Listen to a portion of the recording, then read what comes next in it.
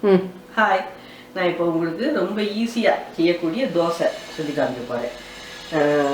அரிசி ஊற போட வேண்டியதில்லை, உளுந்து ஊற போட வேண்டியதில்லை, ரவை தோசை. ரவை தோசைக்கு வேணுங்கிற இன்க்ரீடியன்ஸ் என்னென்ன அப்படின்னா, ரவை 1 கப்பு, அதே அளவு வந்து 1:1 பச்சரிசி மாவு, மைதா மாவு 2 ஸ்பூனு, அதில் பாதி இது எவ்வளோ எடுத்துக்கிறோமோ பச்சரிசி மாவு எடுத்துக்கோமோ அதில் பாதி மைதா மாவு, இது வந்து 2 ஸ்பூன்.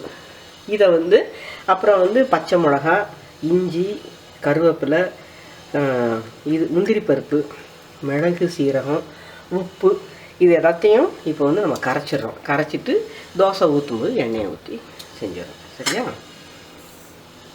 இது நீங்கள் எல்லோரும் கேள்விப்பட்டிருப்பீங்க. ரவை தோசை வந்து இதுக்கு வந்து ஆட்டுறதுக்கு தேவையில்லை, நம்ம அப்படியே போட்டு சாப்பிட்றலான்னு நீங்கள் இது பண்ணியிருப்பீங்க. ஆனால் வந்து ட்ரை பண்ணால் வந்து ஹோட்டலில் மாதிரி நல்லா வரல அப்படிங்கிறது நானும் அதெல்லாம் ரொம்ப ஃபீல் பண்ணியிருக்கேன்.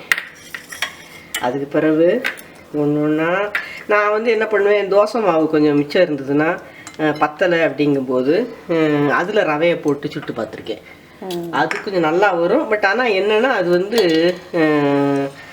தோசையோடைய டேஸ்ட் நிறையா இருக்கும். நம்ம ஆமாம், அந்த டேஸ்ட் நிறையா இருக்கும். பிளெயின் ரவை தோசைங்கும்போது இது வந்து நம்ம ஹோட்டலில் மட்டும் நெய் சொட்ட சொட்ட கொடுப்பாங்க. அது வந்து வீட்டில் செய்ய முடியாதா அப்படின்னு கடையத்தை கண்டுபிடிச்சாச்சு எப்படி செய்கிறதுன்ட்டு. இது வந்து நல்லா தோசை மாவு கன்சிஸ்டன்சியில் தண்ணி கலக்கக்கூடாது, நல்லா நீர்த்து கலக்கணும். ஆப்பத்தை விட இன்னுமே நீர்க்கணும். அப்போ வந்து இப்படி ஊற்றினா அப்படியே இதாக வழிகிற அளவுக்கு நம்ம இது பண்ணுவோம்ல, இது அதை விட இன்னுமே நீர்க்கணும்.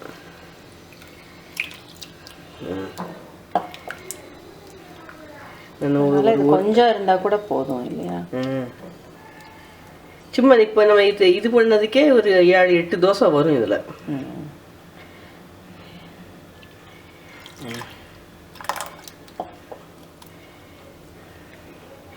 இப்போ நம்ம இன்னும் கொஞ்சம் கூட தண்ணி வச்சுக்கிடும்.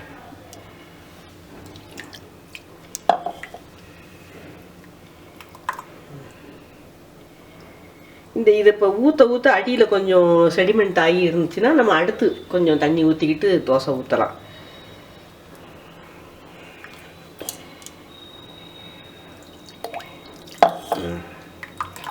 இப்படி நம்ம மோர் கரைப்போம்ல அது மாதிரி இருக்கணும்.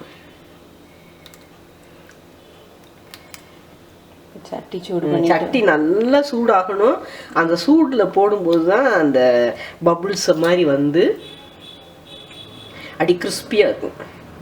இப்போ கரைச்சாச்சு, இதுதான் கன்சிஸ்டன்சி. நல்லா மோர் மாதிரி இருக்கணும்.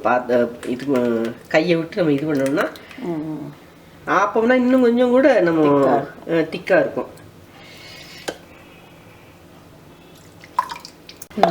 இது நான் ஃப்ளேமை ஹையில் வச்சுருக்கேன், ஓரத்துலேருந்து ஊற்றிடுவேன்.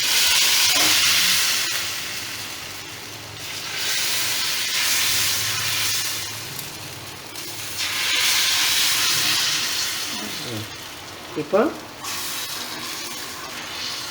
நல்லா வேகணும், நல்லா ஹையில் வச்சே வேக விடுங்க. அப்போ தான் வந்து உங்களுக்கு அழகாக எடுக்க வரும்.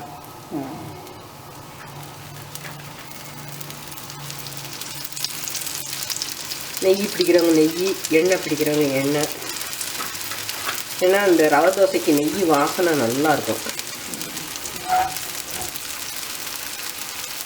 நல்லா வேகணும், ஹையில் இருக்கணும். அப்படின்னா தான் வந்து அது எடுக்கிறதுக்கும் பியாமல் எடுக்க வரும். நம்ம சிம்மில் ஐயோ உங்களுக்குள்ளே கருகுதே அப்படின்னு நினச்சிங்கன்னா இது சீக்கிரம் ஒன்று வெந்துடும்.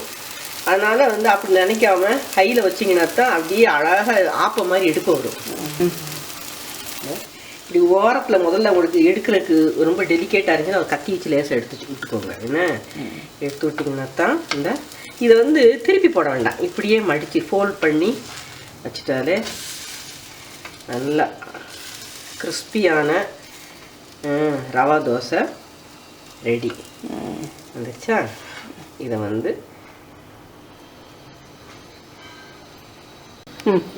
வீட்டிலே நம்ம ரெடி பண்ண ரவா தோசை கிறிஸ்பியாக இருக்கும், நல்லா கிறிஸ்பியாக இருக்கும். நான் சொன்னது தான், இப்போ உங்களுக்கு வந்து ஓரத்தில் எடுக்க வர்றது அப்படின்னா அதே மாதிரி தண்ணி எவ்வளோக்கு எவ்வளோ ஊற்றுறோமோ நம்ம வந்து அடியில் செடிமெண்ட் ஆகிட்டே இருக்கும். நம்ம ஒரு மடக்கு தண்ணி ஊற்றி ஊற்றி கலைக்கு நம்ம ஊற்றினோம்னா நமக்கு தோசையும் நிறையா கிடைக்கும். இந்த இந்த ரொம்ப அப்படியே ஃப்ளேக் மாதிரி இருந்தால் தான் இந்த ரவை தோசைக்கு வந்து அழகு. அதுதான் நம்ம சொதம் ஊத்தப்ப மாதிரி ஊற்ற முடியாது, சாப்பிட முடியாது, அதை எடுக்கவும் வராது.